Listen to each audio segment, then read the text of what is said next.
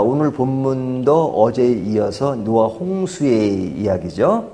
노아 홍수의 이야기 중에서 이제 오늘 앞에 나오는 1절부터 5절까지는 여호와께서 노아에게 이제 홍수가 이제 전개될 때 이제 어떻게 하느냐, 이제 방주가 지어졌으니 방주로 들어가라 이렇게 말씀하시는 거죠. 자, 이제 방주로 들어가는 것은 방주가 지어졌기 때문에 들어갈 수 있는 거죠. 방주가 완성되지 않았으면 들어갈 수가 없는 거잖아요. 방주가 다 지어졌으니까 방주로 들어가라 합니다. 이제 방주로 들어가는데 들어가는 그 내용을 보면 이제 1절 보면 내 온 집은 방주로 들어가라. 온 집이 들어가라고 말씀하시죠. 가족이 들어가는 겁니다. 이 세대에서 내가 내 앞에 의로움을 내가 보았습니다. 방주에 들어가는 것은 어떻게 들어가느냐? 하나님이 너를 택하셨다 이겁니다. 너의 의로움을 보았다. 이제 그가 들어가게 되고, 거기에 들어가는 짐승은 정결한 짐승 암수 7, 부정한 짐승 암수 2 이렇게 이야기하시죠. 그 다음에 이제 홍수에 대한 예고를 하시는데, 홍수는 40주야를 땅에 비를 내리어 내가 지은 모든 생물을 지면에서 쓸어버리리라 그러죠. 40주야. 그러니까 40일 동안 계속 낮과 밤에 비가 내릴 것이다 이렇게 말씀하십니다. 그러니까 이제 홍수가 이렇게 진행될 것이라고 하는 예고죠. 그 예고를 하시면서 너희 가족은 다 방주로 들어가라 그럽니다. 그러니까 하나님의 명령이 나오고 그 명령대로 5절 노아가 여호와께서 자기에게 명하신 대로 다 준행하였더라 그러죠. 중요한 것은 이겁니다. 하나님이 예고하신 것도 중요하지만 그 말씀대로 다 순종하고 준행했다라는 겁니다. 하나님의 말씀에 순종하는 것, 이것이 매우 매우 중요한 것입니다. 근데 이제 이 말씀하시고 순종한다는 말을 이렇게 이론적으로는 굉장히 쉬워요. 그렇죠? 하나님이 명령하시면 우리는 당연히 복종해야 된다, 순종해야 된다는 말은 참 쉽습니다. 하지만 그 순종하는 그 상황, 과정, 그것은 매우 매우 어렵죠. 자, 노아가 가족을 데리고 방주 안에 들어갔다라고 말하는 건 쉬워요. 하지만 그 방주가 지어지는 과정을 한번 생각해 보십시오. 산 위에 방주를 짓고 있어요. 사람들이 비아냥거리고 지금 뭐 하는 짓이냐? 아니, 배를 갖다가 바다에서 지어야지. 지금 산 꼭대기에서 지금 방주를 짓고 있다고. 아주 바보 같은 짓을 미친 하나에. I crazy? 그랬을 거 아니에요? 그런 비난과 그런 걸 받으면서도 그것을 짓는 그 외로움. 그래서 제가 어저께 제목을 그 소명자의 고독 이렇게 제목을 정했어요. 그럼 고독이 깊은 거죠. 그러니까 하나님께 헌신한다는 것은 그만큼 힘든 것이 있는 겁니다. 힘든 것, 고독이 있고 외로움이 있고 그 다음에 그 어려움을 감수해야 되는 거예요. 그 어려움을 감수하지 않으면서 헌신한다는 것은 말이 안 되죠. 그래서 예수 믿는다는 것이 사실은 어려울 때가 많습니다. 왜요? 그 안에서 기쁜 일은 있지만 그런 것들을 하나하나 해나가는 것은 어려운 것입니다. 하지만 우리들은 너무너무 편한 것을 지향할 때가 너무너무 많죠.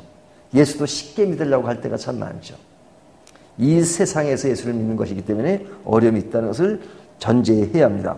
자, 그리고 나서 이제 홍수가 시작되는데요. 홍수가 시작되는 이야기가 이제 6절서부터 시작되는데 그 노아가 홍수가 시작될 때 노아 나이가 몇 세입니까? 600세. 600세. 그죠? 100세만 돼도 오래 산다고 그러는데 600세죠. 그리고 들어간 자가 식구들. 그러니까 그 아들들, 또 며느리, 그의 아내, 총 8식구가 들어갑니다.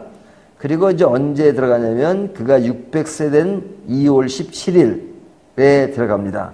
그리고 년 40주야 비가 오게 되는데 이 일을 통해서 무엇을 교훈하면 하나님의 심판은 반드시 진행됩니다. 하나님이 심판을 선포하시면 그 심판을 미루시고 또 기다리시는 건 있지만 그 심판은 반드시 옵니다. 그 때가 있습니다. 하나님이 어떨 때는 엄포로 자꾸만 그런 말씀을 하세요. 그래서 마치 심판이 없는 것처럼 생각할런지 모르지만 심판은 반드시 있습니다. 이것을 두려워해야 돼요. 홍수의 시작이 이루어졌다는 것은 심판이 반드시 실행된다는 것을 보여주고 있습니다. 그러니까 심판의 대상들은 두려워해야 되는 거죠. 자, 그리고 나서 이제 그 비가 내리고 이제 홍수가 이루어지면서 그때 되어지는 일들을 13절부터 계속 언급되고 있는데요. 자, 이젠 노아의 가족들이 방주 안에 들어갑니다. 들어가 있는 내용들, 그것이 15절에 보면 이렇게 말씀하고 있죠. 무릇 생명의 기운이 있는 육체가 둘씩 노아에게 나와 방주로 들어갔으니, 그러니까 방주 안에 이제 노아 가족뿐만 아니라 하나님께서 명령한 그런 동물들 다 들어가죠. 그리고 이 노아의 문을 누가 닫습니까? 노아가 아니라 방주의 문을 하나님이 닫으시죠. 하나님이 여호와께서 그를 들여보내고 문을 닫으시니라 하고 16절에 말씀하고 있죠. 이제 문이 딱 닫힙니다. 그리고 나서 이제 높은 산에 있는 방주가 이제 이렇게 물에 떠다니려면 이제 그 산 꼭대기까지 물이 차야 되는 거죠. 물 찰 때까지 시간이 얼마나 걸리죠? 17절.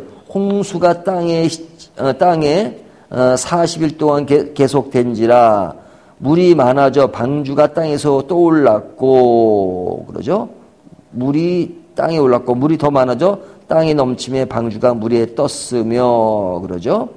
그러니까 그때가 이제 이렇게 어떤 시간이 지나서 이제 이렇게 떠게 된 거죠. 뜨게 된 그런 상황. 그리고 나서 이제 이루어지는 것이 심판이 이루어지는 겁니다. 그래서 그 뒤에 보면 이제 거기에 그 방주 안에 있지 않는 모든 동물과 모든 사람이 다 죽었다 그러죠. 21절에 보면 죽었다란 말이 계속 땅 위에 있는 움직이는 생물이 다 죽었으니 하고 뭐다 이렇게 나오고, 그 다음에 22절 보면 육지에 있어 그 코에 생명의 기운의 숨이 있는 것은 다 죽었더라 그러죠. 심판이 이렇게 무서운 겁니다. 심판은 결국은 죽었더라 이렇게 말하는 거죠. 자, 죽었더라는 말이 나오지만 23절에 보면 산 사람 있죠. 그것이 누굽니까? 제일 뒤에 23절 하반절 오직 노아와 그와 함께 방주에 있던 자들은 남았더라. 남았더라. 죽었더라는 것과 남았더라는 것이 이렇게 대비를 이루고 있어요. 자, 남았다는 것은 살았다는 얘기잖아요. 죽음과 반대되는 이야기죠. 살았습니다. 살은 것이 뭐예요? 다 죽었어요. 근데 살았어요. 그것이 뭐예요? 구원이죠. 죽은 것은 뭐예요? 심판이죠. 심판과 구원이 이루어진 것입니다. 그러니까 구원은 심판을 전제로 한 것입니다. 내가 구원이 됐다, 감사하다. 그것은 심판이 전제된 것이에요. 그렇기 때문에 구원은 너무너무 감사한 것입니다. 너무너무 귀한 것입니다. 심판 중에 내가 구원된 것이니까. 근데 이제 구원이 너무 값싸게 인식되는 경우가 너무 많죠. 내가 죄의 문제로 심판을 받는다라는 것을 생각하면 죄가 얼마나 무섭다는 거, 죄가 얼마나 심각하다는 걸 알아야 되는데 너무너무 죄에 대한 의식 없이 그냥 구원만 얘기하다 보니까 그냥 구원은 공짜로 이루어진 것이고 은혜로 주어졌다는 것을 너무 쉽게 생각한단 말이죠.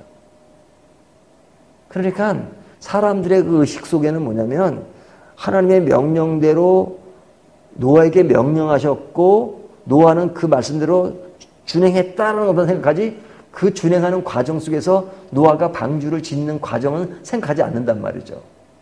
그것처럼 죄의 문제도 마찬가지입니다. 구원의 문제도 하나님이 그 구원을 이루기 위해서 얼마나 많은 노력을 하셨습니까? 하나님이 구약을 통해서 율법을 주시고 선자를 통해서 예언하시고 그리고 예수님이 오셔서 십자가에 못 박혀 죽기까지 그 모든 대가를 다 지불하시고 우리를 구원하신 것이라고요. 엄청난 대가를 지불하셔요. 근데 우리는 그 대가를 지불한 것의 가치를 몰라요. 그러니까 너무 은혜가 남용되면 안 돼요. 율법주의도 문제지만 은혜 남용주의도 문제입니다. 아유, 어떻게 살아도 그냥 천국은 다 가. 그거 인간이 다 나약하지. 아닙니다. 하나님의 은혜로 구원 얻은 것은 사실이고, 우리의 행위로 구원 얻지 못하는 것은 사실이지만, 하나님 앞에 은혜로 구원 얻은 사람은 그 은혜를 알기 때문에 내가 제대로 살아야 되겠다. 죄를 지면 안 되겠다라는 마음을 다지게 되죠. 왜? 그 은혜가 크니까. 그리고 내가 은혜를 받지 않았으면 내 삶이 죽었다는 것을 생각하면 내 구원이 얼마나 감사한 것입니까?